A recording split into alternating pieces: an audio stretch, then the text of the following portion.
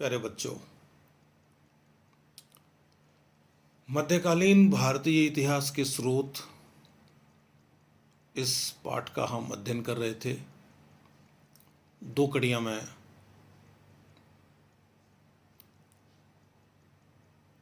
बता चुका हूं आपको इसकी। एक कड़ी में तो भूमिका थी और दूसरी कड़ी में हमने एक तो ग्रंथ का जिक्र किया था, चचनामा का, जिसका कोई लेखक नहीं है और वो सिंध के इतिहास की जानकारी हमें देता है जब भारत पर पहला मुस्लिम आक्रमण हुआ था। राजा दाहिर आपको याद आया होगा। दूसरा जो जिक्र हमने किया था वो था एक इतिहासकार का जिक्र। अल बरूनी उसका नाम था और उसकी किताब आपको पता है, किताबुल हिंद थी। तीसरा व्यक्ति हसन निज़ामी है।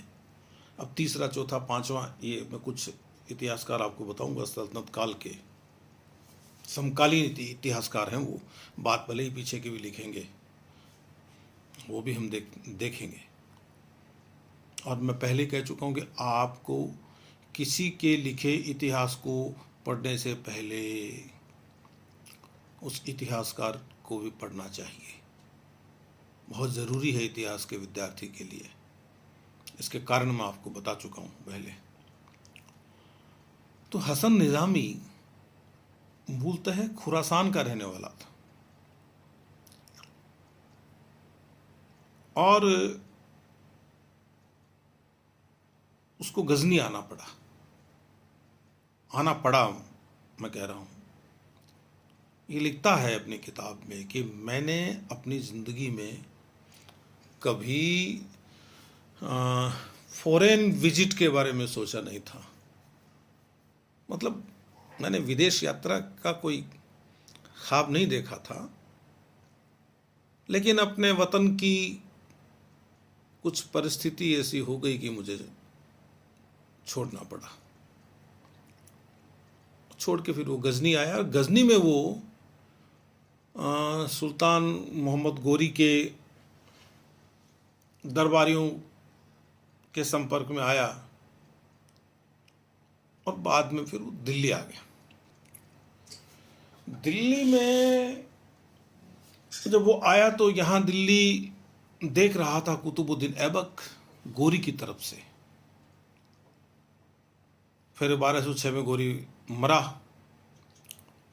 तो गोरी के मरने के बाद में 1210 ईस्वी तक, अपने मरने तक, कुतुबुद्दीन ऐबक एक सुल्तान के रूप में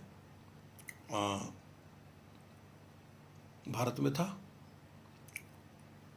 उसने, ऐबक ने, और इसको हसन निज़ामी को कहा कि यार तुम इतिहास लिखो। अब हसन निज़ामी इतिहास तो लिख सकता था, लेखक था, और उसकी प्रतिष्ठा भी इसी रूप में थी कि वो एक लेखक है। अब इतिहास लेखक है ये समझ लीजिए, विवरण लिख सकता था, लेकिन मैं जो कहना चाहता हूं वो बात यह है कि वो एक कवि भी था। और जब कवि इतिहासकार बन जाता है, मैं ये नहीं कहता कि कवि इतिहासकार बन नहीं सकता, बन सकता है, बनते हैं बहुत सारे लोग, लेकिन जब वो इतिहास लिखेगा तो उसके लेखन में लालित्य जरूर आएगा। अब वो लालित्य इस रूप में न आए कि उसका कवि तो उभर के आ जाए लेकिन इतिहास पीछे रह जाए। हसन निज़ामी ने ये कोशिश की कि उसका कवि रूप बेशक उभर कर सामने आए, लेकिन एक इतिहासकार के रूप में जो जिम्मेदारी उसको दी गई है वो उसे वो पूरा करे। और जिम्मेदारी पूरी कैसी होगी? उसकी तो रोजी रोटी ही कुतुबुद्दीन ऐबक से चलती थी। तो जैसा ऐबक कहेगा वैसा ही लिखेगा, उसी की तारीफ करेगा। इसलिए 1206 से लेके 1210 तक के कुतुबुद्दीन ऐबक के अभियानों का इसने बहुत जोरदार वर्णन किया है, बहुत तारीफ करता है उसकी। लिखता है 1191 में, आपको ध्यान है कि मोहम्मद गोरी हार गया था पृथ्वीराज चौहान से, भाग गया था यहाँ से, और 1192 में वो फिर आया था। आप जानते हैं उसके वापस आने को ये हसन निजामी किस रूप में लिखता है? लिखता है कि वो एक घायल शेर की तरह आया था, एक जख्मी शेर की तरह वो हिंदुस्तान पर टूट पड़ा था। आप अनुमान लगा सकते हैं कुतुबुद्दीन ऐबक का जो स्वामी था मोहम्मद गोरी कैसा था। बहुत सारी बातें हैं उसके पृथ्वीराज चौहान को हराने के संबंध में। चौहान की वीरता भी जग जाहिर है। खैर 1206 तक, यानी 1192 से लेके 1206 तक कुतुबुद्दीन ऐबक के अभियानों का ये अच्छा विवरण देता है। 1206 से 10 तक, ऐबक के अवसान तक, ये उसका जो विवरण है वो एक अलग चैप्टर में देता है। अब ऐबक के मर जाने के बाद उसका बेटा गद्दी पे बैठा था आराम शाह, बहुत कम समय के लिए रहा, लेकिन हसन निजामी ने उसको गायब ही कर दिया, अपने किताब में जगह ही नहीं दी उसको। समझा होगा कि आराम शाह कोई योग्य शासक नहीं था, न टिका, और इल्तुतमिश ने बाद में एक नया राजवंश स्थापित किया था। आराम शाह के साथ ही कुतुबी वंश खत्म हो गया था। हाँ, कुछ कुतुबी सरदार रह गए थे जो बाद में संघर्ष करते हुए दिखाई देते हैं अपनी स्थिति को बचाने के लिए, वो एक अलग विषय है, अंतर संघर्ष सल्तनत का। तो 1211 से लेकर 1236 ईस्वी तक भारत की जो केंद्रीय सत्ता है वो इल्तुतमिश के पास रही, और 1211 से लेकर 1217 तक का विवरण ये हसन निजामी अपनी किताब ताजुल मासिर में देता है। ताजुल मासिर का मतलब होता है उपलब्धियों का मुकुट या कारनामों का ताज, ये कह सकते हैं आप। इस हसन निजामी का महत्व इसलिए भी है और इसलिए ज्यादा है कि ये पहला इतिहासकार हुआ है जो भारत में मुसलमानों के आने को एक अलग घटना के रूप में प्रस्तुत करता है। यूं समझिए कि 1206 तक, 1192 से लेकर 1206 तक जब कुतुबुद्दीन ऐबक एक गुलाम के रूप में गोरी का काम हिंदुस्तान में देख रहा था, तो ये हसन निजामी उसको गोरी के शासन के साथ ही तो देखेगा, उसके काम को, और भारतवर्ष को भी, अपने देश को भी। और 1206 से लेकर, और ये दिल्ली सल्तनत के इतिहास को गजनी या यूं कह लीजिए मध्य एशिया से अलग करके पेश करता है। ये खास बात है। और इसका जो लेखन है, मैंने पहले ही कहा कि वो एक साहित्यकार था, एक कवि भी था, तो कविताएं भी लिख रहा है बीच बीच में और वर्णन भी कर रहा है, गद्य और पद्य दोनों में लिख रहा है, और कभी अरबी में लिखता है और कभी फारसी में लिखता है। दोनों भाषाओं पर उसका नियंत्रण था। वो गद्य लिखता लिखता पद्य लिखना शुरू कर देता है, और यह तो तय है कि उसे लिखना तो एक ही विचार से था, एक ही धारा में था।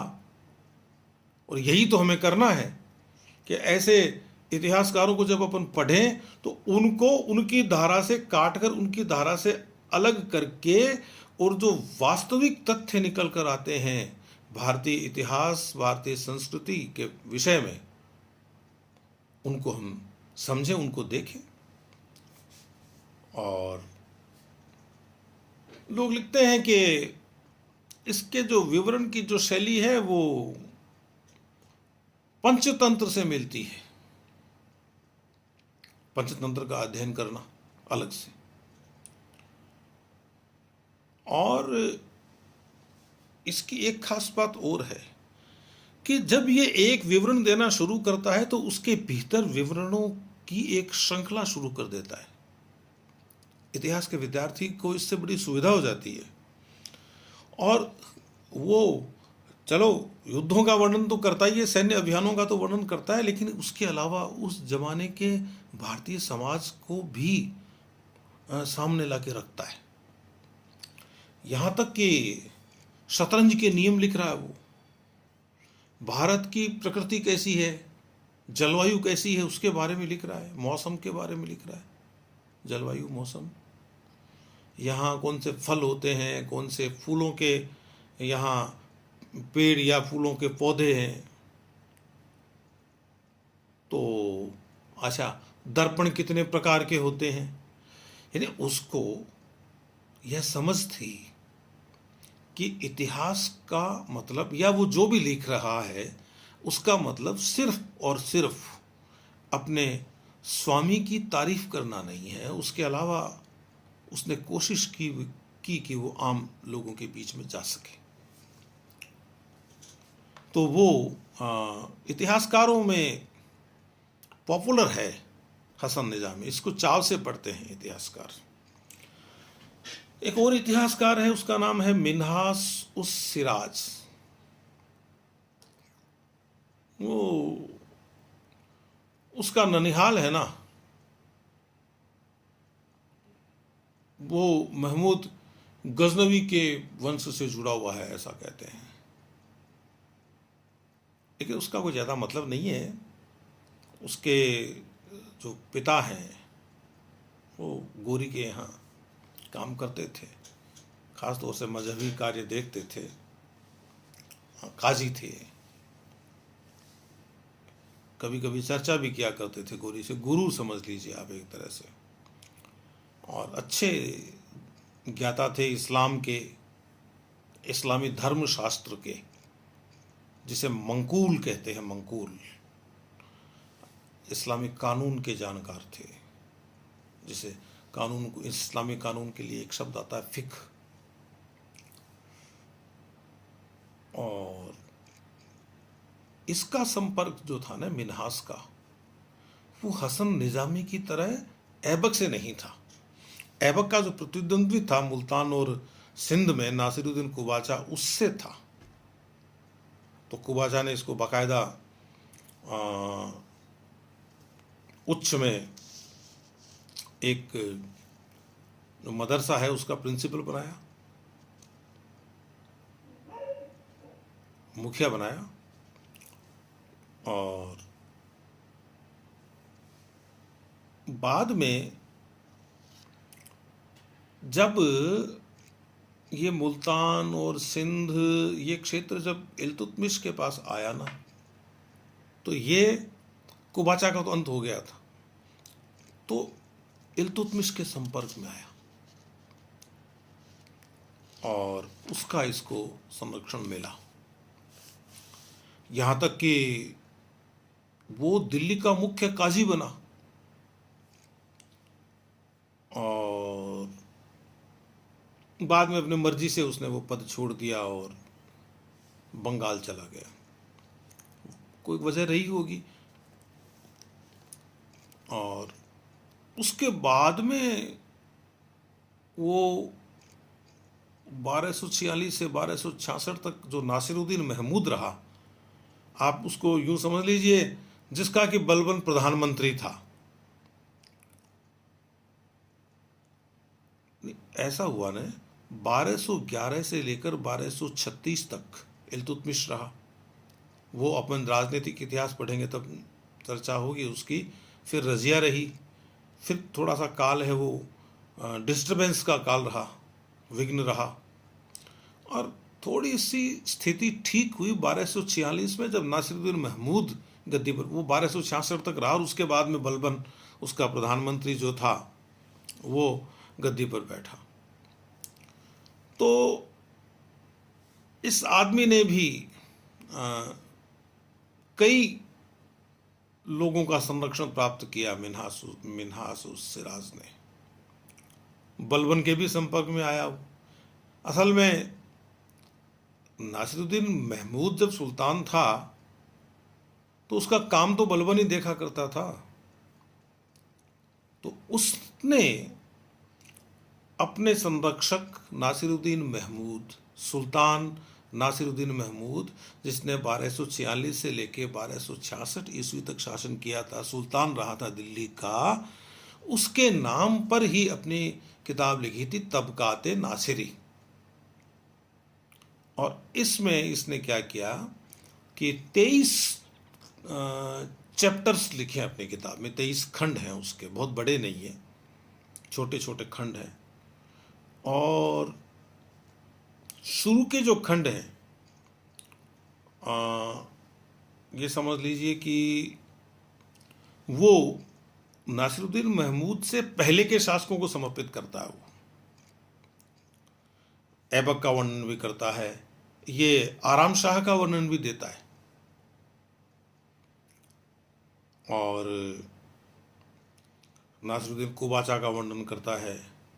बहाउद्दीन तुगरिल, ये भी गोरी के मर जाने के बाद में भारत में संघर्ष कर रहा था।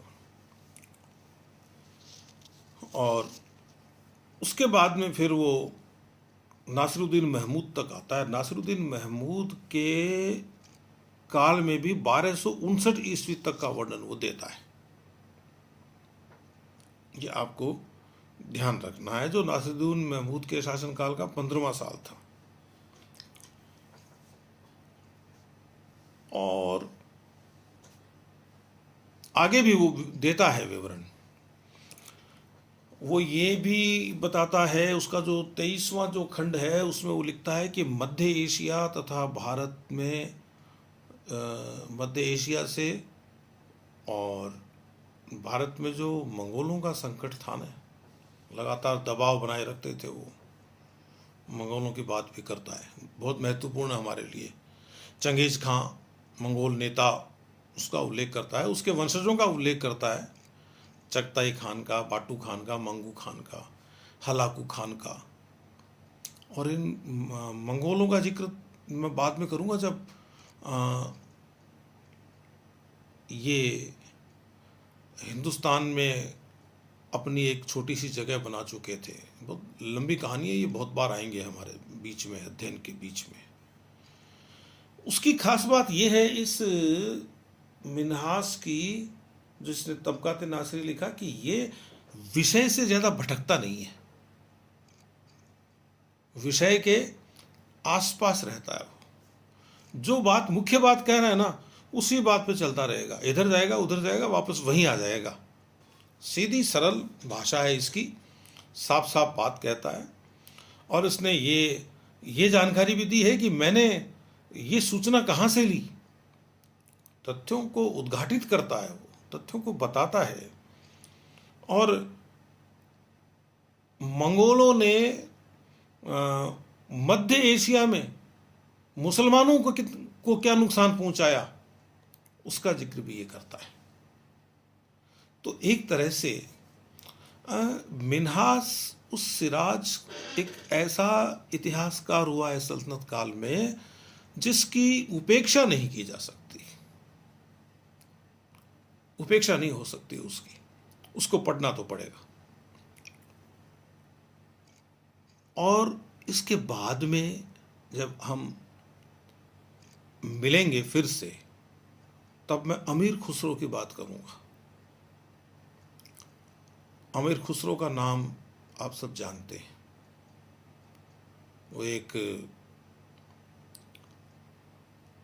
लेखक था, और मैं उसको इतिहासकार कम और साहित्यकार ज़्यादा कहूँगा, लेकिन इतिहासकार के रूप में उसकी उपेक्षा हो नहीं सकती।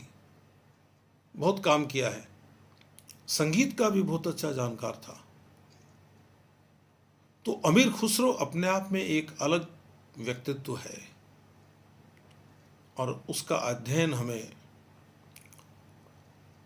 अलग से करना पड़ेगा। फिर कुछ और इतिहासकार लूंगा। हो सकता है कि ये कड़ियाँ कुछ ज़्यादा चल जाएं, ये तीसरी कड़ी है। हो सकता है कि हमें 10 कड़ियों तक जाना पड़े, लेकिन हम उन लोगों की बात कम से कम इतनी तो करें कि हम जब मध्यकालीन भारत का इतिहास पढ़ने बैठें तो हम स्रोतों की जानकारी के हिसाब से खाली नहीं रहें। और यदि आप स्रोतों की जानकारी से समृद्ध हैं तो आपको इतिहास पढ़ने में आनंद आएगा। धन्यवाद।